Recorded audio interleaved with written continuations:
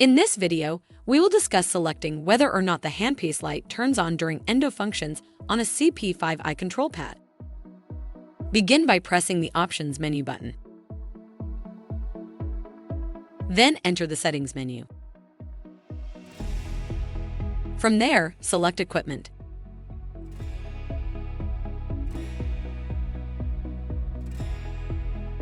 Next, select Delivery.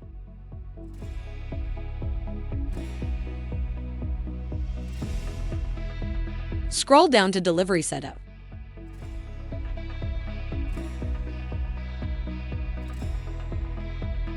Then scroll down to IOLS Endo.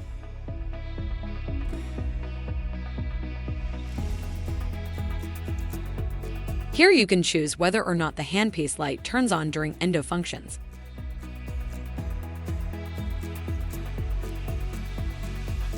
Press the chair icon to exit the menu and return to the main screen. If you have additional questions, please call customer service at 1-800-547-1883. A helpful A-dec associate is just an email or phone call away. That's one thing you can always count on.